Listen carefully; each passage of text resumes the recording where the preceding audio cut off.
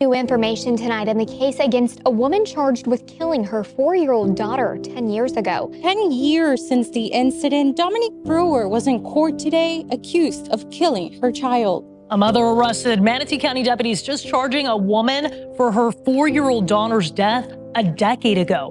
ABC Action News reporter Nicole Gregg with why those charges took so long. Inside this Bradenton house, they found her 4-year-old daughter, Kelis Rucker, dead with marks around her neck. In court today, the state attorney's office says Brewer had multiple stories explaining how Kelis died, ranging from the little girl hung herself in the closet by a scarf to swallowing pennies. This child didn't do this to herself. The case is really built around that the mom was the only one who was in the home at the time.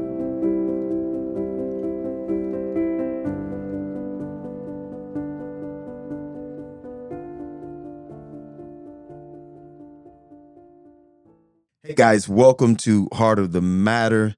We are your hosts. I'm Marcus. Scott.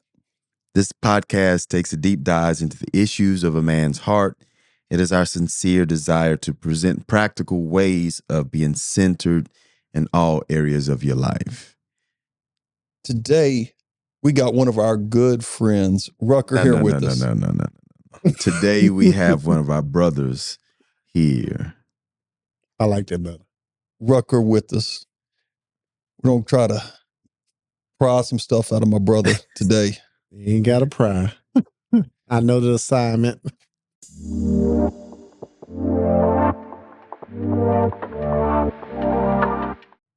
So if we're here, I didn't remember that was how that came out. If we're going to talk about it here and in this space, our audience and our subscribers don't know what happened. You're at work, you're having a good time. Your name comes up on the screen because they arrested your ex-wife for the murder of Kelis Shante Rucker, my daughter. Wow. My ex-wife left me while I was at work. She left. Took everything, emptied my bank account out, emptied my house out, left. I came home to a pile of dirt in the broom. August 14th, 2009 is a really, really bad day for me. That's the day my grandmother and mother lied to me. Wow. And I'm saying it like that, just vicariously. Okay.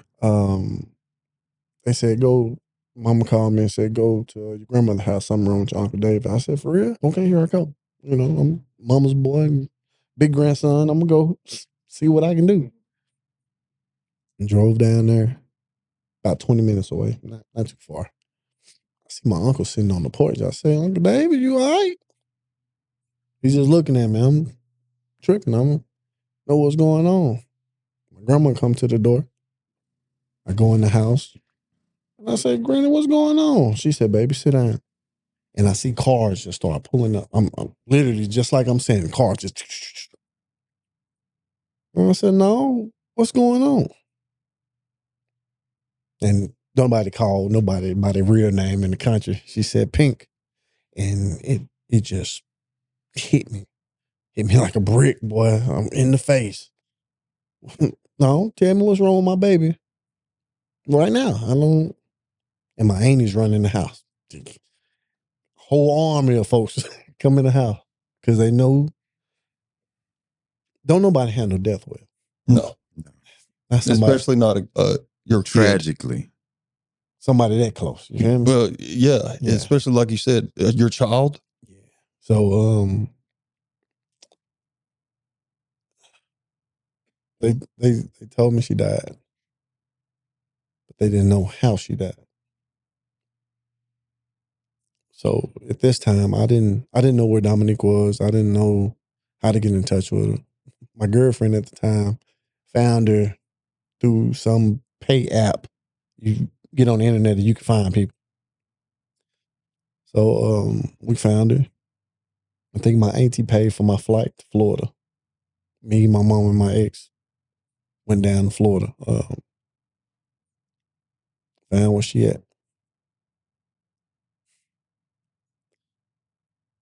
Went over to the house, met up with my ex-wife. I'm crying, she crying. I just want to know what's going on. She told me 2 different stories. 3 different stories, actually. And a total of 6 different stories on what actually happened. She told me my baby was playing in the closet, fell off the toy box and hung herself. Right? My baby big, boy. She big as Sophia, you hear me? Solid. Yeah. Yeah, so I said, no, ain't no way. So she cried. We talked about it for a minute. I'm thinking to myself, well, that's her mother. She telling me The truth. The truth. Why wouldn't she? Why wouldn't she, right? So I go to the hospital, to the morgue, and they said, man, you don't want to see your baby like this. I said, no, I want to see my child. They did a procedure where they took her skull off, and he had to put it back on. So they was looking for some type of abuse or whatever, right? So I talked to the mortician dude, or whatever the coroner people it is. I talked to them, and he told me that my baby died from asphyxiation. Something being wrapped around their neck, So that kind of coincided with what she told me, my thoughts. But that ain't actually what happened. Yeah. So for a lot of years, you thought that is what had happened. So that's kind of and then 9 years later, here you are on the TV. Yes. So from that initial explanation of what happened from the coroner and from your ex-wife, yes, you have in your mind, wow, horrible situation, trying to wrong place, wrong time.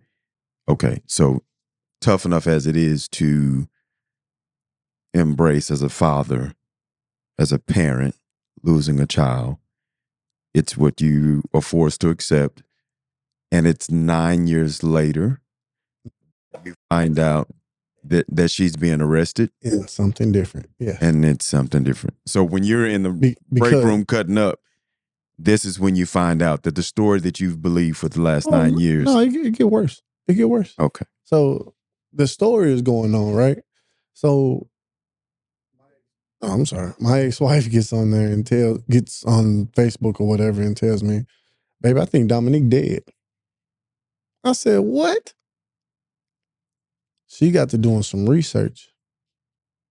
Come to find out her son got shot and died in Florida, which is my son, one of my stepkids.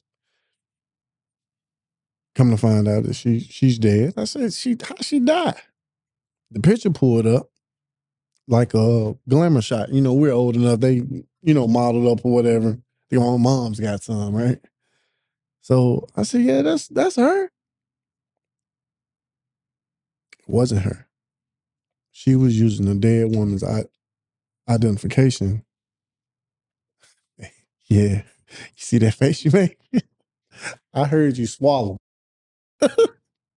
So she was using this dead lady's identification. I think it was her cousin or something. They kind of look alike. And the police picked her up because that lady died.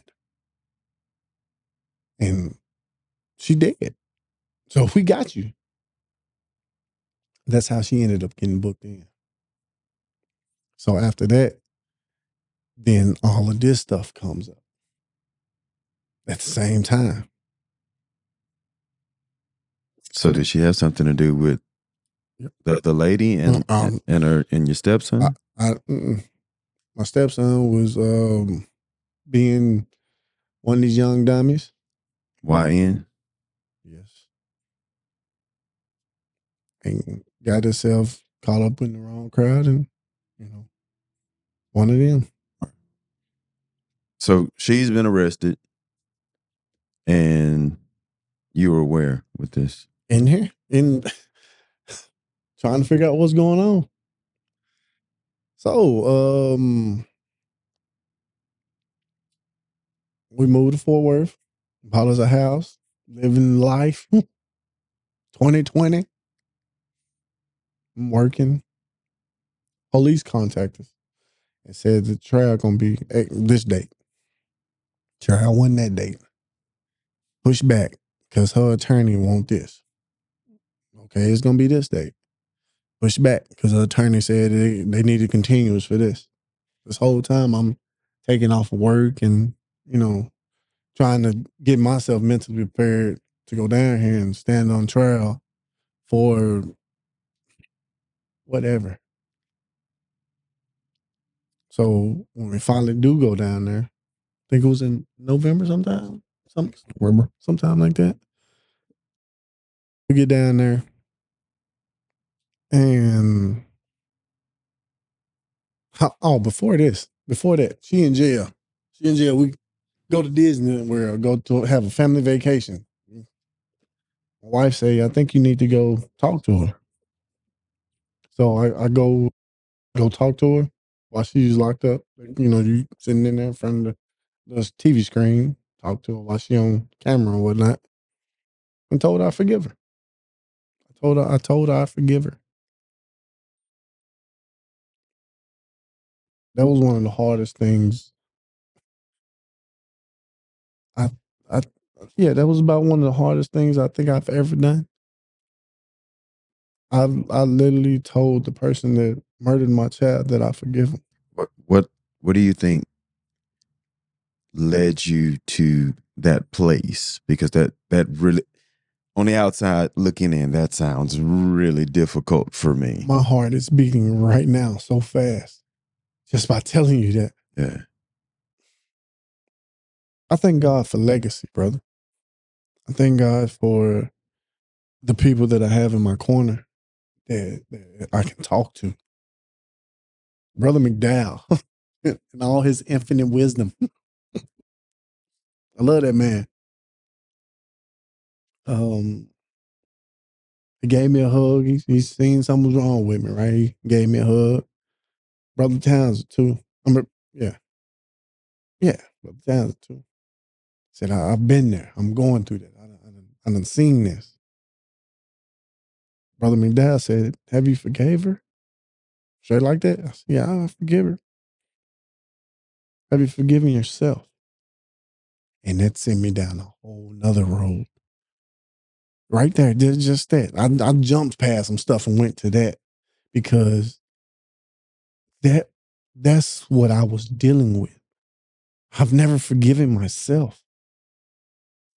As a father, you're going to be there for every bump, scrape, scratch, because you're going to feel like you need to protect her, right? Having to deal with that in itself, not being able to protect her is one of the most trying things that I've ever had to deal with. Because that's my baby. That's my firstborn. I'm going to be here. You know what I'm saying? My baby can't date till she's 32. And that's just how I felt, right? But deep down, I know it's not my fault. I know this personally that it's not something that I did or something I didn't do, right? That's just one of them things that it really wasn't in my hands to prepare for. You can't prepare for that. I don't think a parent can prepare, bury a child in any case. No, my grandmother, bro. My grandmama lost her husband. 2 years later, lost her son, her junior. When all of this was going on, I asked Granny, how you do this? What in you got you like this? Being able to handle this. This is hard.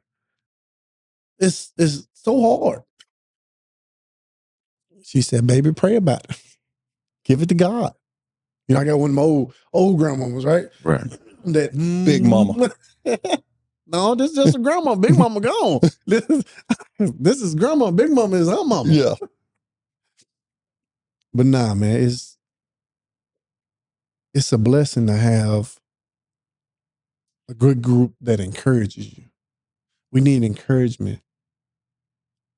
Good group of guys. I thank God for guys like you. Brother McDowell, I'm telling you, Brother McDowell told me to my face in the foyer, have you forgiven yourself? And I couldn't answer him because I was still dealing with that. I am so thankful that somebody took their time out to even say those words to me. Because some people don't care. That's something you're going through and go. Or it's not even that they don't care. They really don't even know how to approach it. Yeah. It's so uncomfortable for them that they really don't even know. They don't even know how to process it. Yeah, it's not. And there's, don't get me wrong, there's probably some people that don't care. But the majority of them, it's so weighty. Yes, it's so heavy. As a father, I'm sitting here just shook. And for you to say that before the finality of the case, you're able to say to her, I forgive you. And then got up when they put me on the stand, told her again in front of everyone, in front of lawyers, in front of news people, I forgive you. I'm over here like, help thou my unbelief.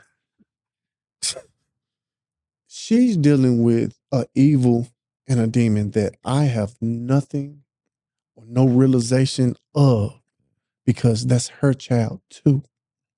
It's not just my child. You have to understand, when you have children, you got a child and she got a child, and y'all have a child together. Yeah, it's a together thing. So if she could do this to her seed or her egg or however you want to put it, because it's my seed, I guess. Y'all get the picture. You're doing too much, but I'm with you. If you can do that to someone that you love, that speaks volume about who you are. Right? So it's not my place to judge you like that. Even though as a human, we naturally gonna judge because of. My job is to forgive you and help you find some forgiveness within yourself. Whatever you're dealing with, I've prayed for you. I've sacrificed so much for you.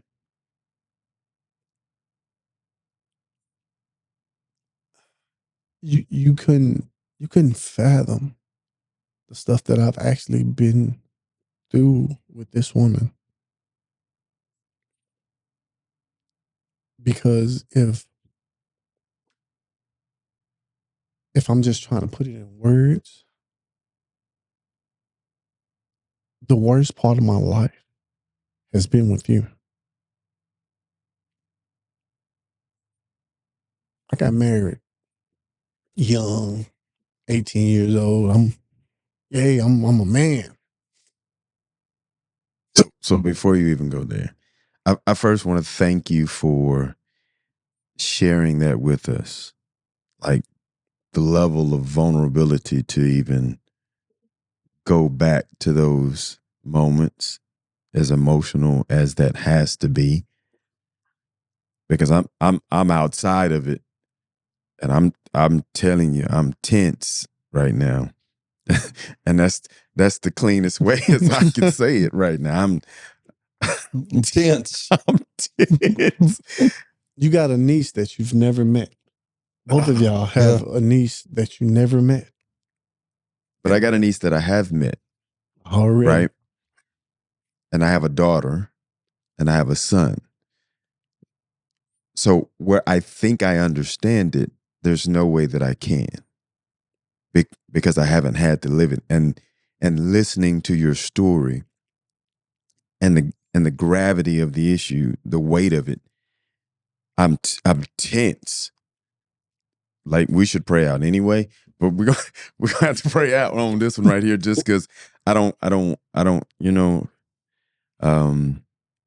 So thank you for sharing that. Thank you for considering the forgiveness part.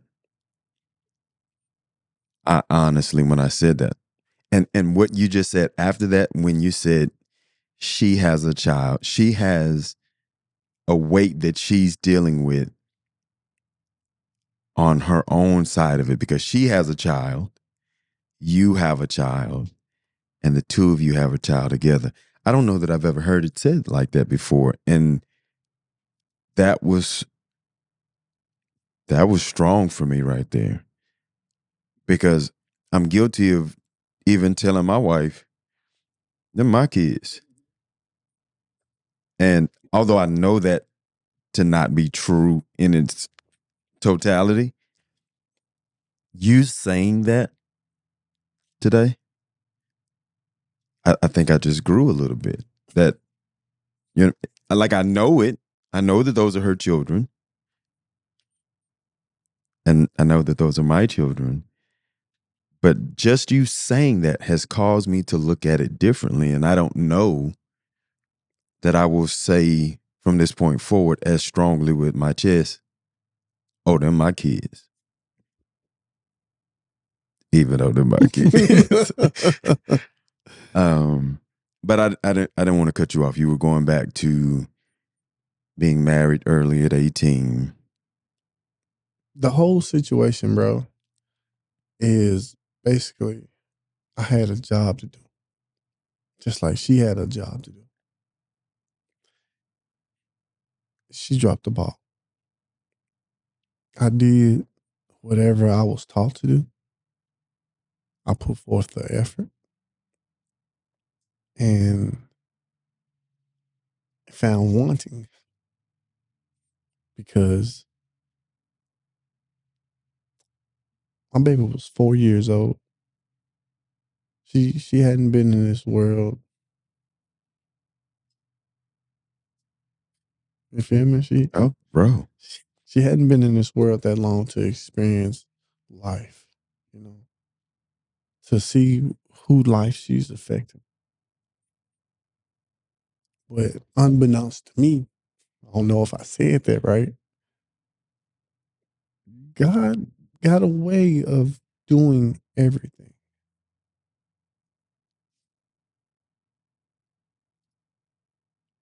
If Pink was still alive, I wouldn't be here at Legacy. I wouldn't be in Fort Worth, Texas. I wouldn't be here. I might be dead somewhere. Right? Might be. But I know one thing is I will be ripping and running the street, chasing that woman up and down the street about my baby. Because ain't no way I found you. Ain't no way I'm going to let this slide. I can't let this slide. I can't knowledgeably know, hey, you over there messing up. You got my baby running in and out of drug houses and stuff like that. And I'm a functioning adult. And I'm allowing this? Oh, bruh. I'm going to have a kidnapping charge. At a minimum. You hear me? So God seemed fit to take my daughter away from me to save my life.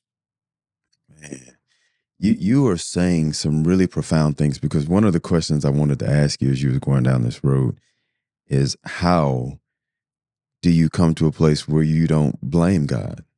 Or maybe I should ask the question, were you in a place ever where you blame God and you were upset with God because you lost your daughter? Okay. Yes, most definitely. Okay, that's it. Remember, I was telling you, I was asking my grandmother, how did she do this? I didn't, because I didn't know. Man, I look like I got it all together, bro. But I was a young dummy. I'm just going to say it like that.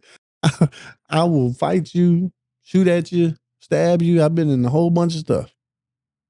For somebody to mess with my family? Bro, we go around here and thump it out and see what happened. So yes, I blame God. I was not Job. I I couldn't handle it right then because I was immature. I was selfish. There we go with that word again, because I figured God protects babies and fools, right? Oh, some you know where I'm Then going. nobody would be in trouble. Look, man, you know what I'm saying? Like, If that's true, then nobody would be in trouble because at some point, yes, We've all been foolish. or we all play the fool, Yeah. right? And how did you reconcile all of it? How did you reconcile? I mean, because I know you said you were upset with God and you could have blamed him. How'd you reconcile? What brought you to a place where you could say, you know what? I never cursed him. Yeah. But I was ticked off. Yeah. You know, because of the foundation that I do have. Mm-hmm. Because I've been raised in and out of church all my life. So I know, hey, that's what side the bread is buttered on, you know? Yeah. But I still was upset. And I think what you had the right to be. I think there's a difference between being upset and just.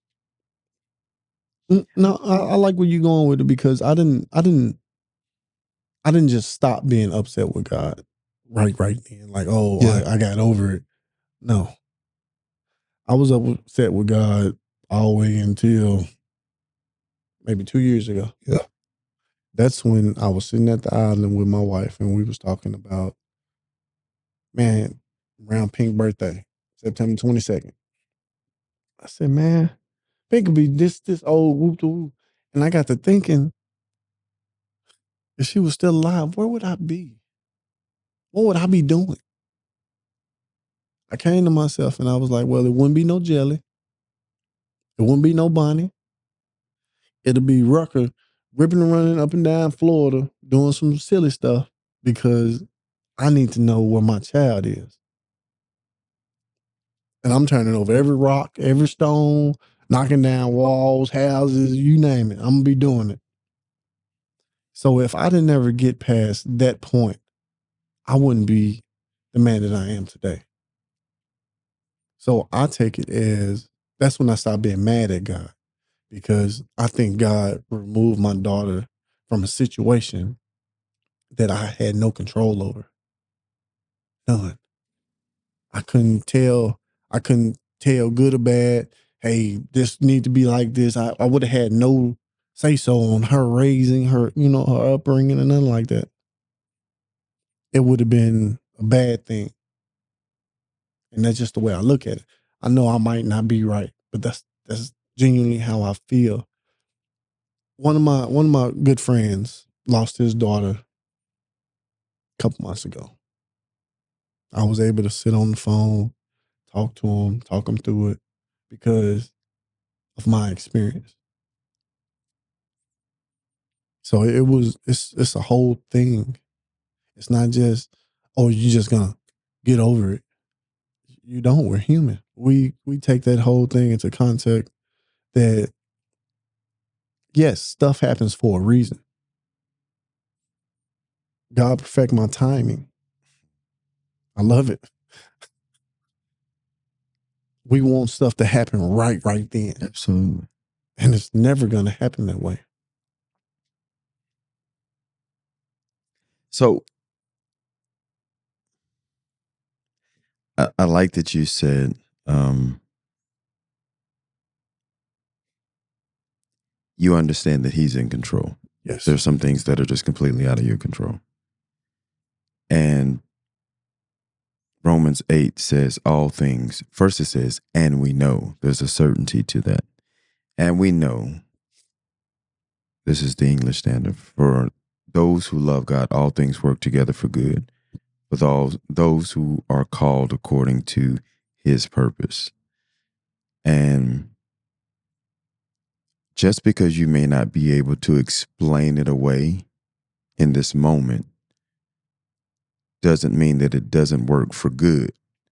And oftentimes it's so misquoted, and we say all things work together for my good, or for we're so selfish. But then we make everything about us. I've heard somebody say the center of the word sin is I. It's me, myself. It's what I want. It's what I like. It's And oftentimes it's difficult for us to reconcile life outside of ourselves. But I love that you said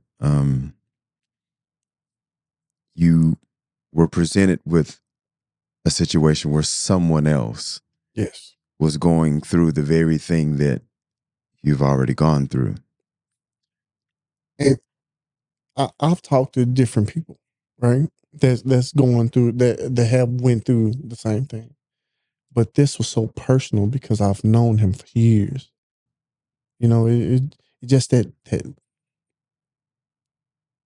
I went through it, and I'm talking about he was. Can only imagine. Yeah. So to make it so personal for me, to be able to console him, to talk to him about it, to not just tell him it's going to be all right, right? Yeah. Because nobody wants to hear that. I'm telling you straight up, you lost anybody. Nobody wants to hear, oh, I know how what feel. you're going. That's why I said earlier, as a father, I think I understand, but because I haven't gone through it. But what I was trying to say was, and I've said this for years, you both have heard me say it at least 20 times at this point, if I've said it once. What you go through, as much as it is for you, it's probably much more for somebody else. You are supposed to get what you are supposed to get out of it. And God is so gracious that even if you don't get it in this, it oftentimes come back around, maybe not the same way, but the lesson you will recognize is like, man, I should have got this 20 years ago. But as much as it is for you, I believe it's that much more for somebody else, and not for you to be able to speak to them from a place of sympathy. Yes. Or even empathy, because you just talked about other people having gone through the situation that you've talked to with before. More of an encouragement. But this particular instance, it was absolutely necessary for you to be there for him. Yes. In a way that he absolutely needed in that moment. And there's no way that you could have been able to see that from back there. 15 years ago. There's no way, No way. right? And I pray that he has moved forward in his healing process. It can manifest itself in so many different ways. So I want to thank you for joining us on Heart of the Matter on today. Technically our first guest. Already. So this being season 2, we're trying to figure it out completely, trying to find where our rhythm is. And for those of you that have been with us from the beginning, thank you for subscribing. For those, maybe this is your first time watching, click the like, the share, please click on the subscribe button. But we're going to bring in guests this season, and Scott and I are trying to grow from where we've already been and just try to figure out how this thing works. Well, I'll be back if you want me. We're going to deliberate. I don't know. No, we'll see. But no. I actually loved having you. This is something that we do all the time. So it wasn't anything new for us, new for our subscribers, for our audience. But we'll see what they say about it. If y'all liked having Rucker on the Heart of the Matter, put something in the comments. The best comment will get his first name. It ain't gonna happen. I don't care who's subscribing. It ain't gonna happen. Don't put it in there either. So there was this joke. There was a white man, black man, and a Mexican man. No, I'm teasing. Guys, that's going to be our episode today for Heart of the Matter. Thank you so much for joining. He's not Mexican, but that's a little inside joke. I thought it was funny. Obviously, everybody else did too.